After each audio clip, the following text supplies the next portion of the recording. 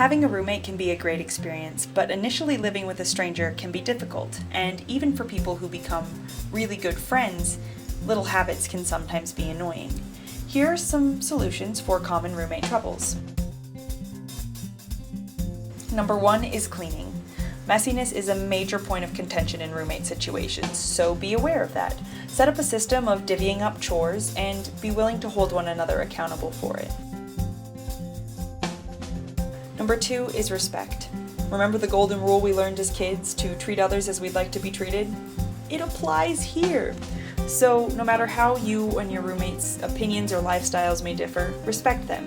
And this also means that you respect their property, so don't borrow, use, or eat anything that's not yours to borrow, use, or eat. Ask for permission first. You might be surprised, they could say yes.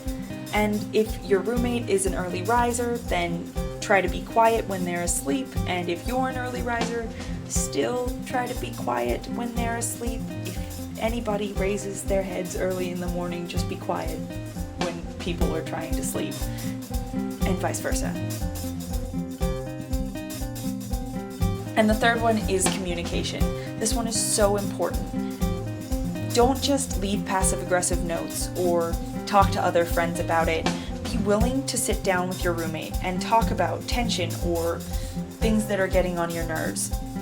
Don't let annoyance fester, because then it'll turn into a fight and then it'll turn into a bad situation. So instead, if need be, set up a time in the future with them to sit down and talk. That way you both have a chance to, cool down and collect your thoughts so that you can come prepared and actually work things out. Living with other people is fun, but it's also difficult.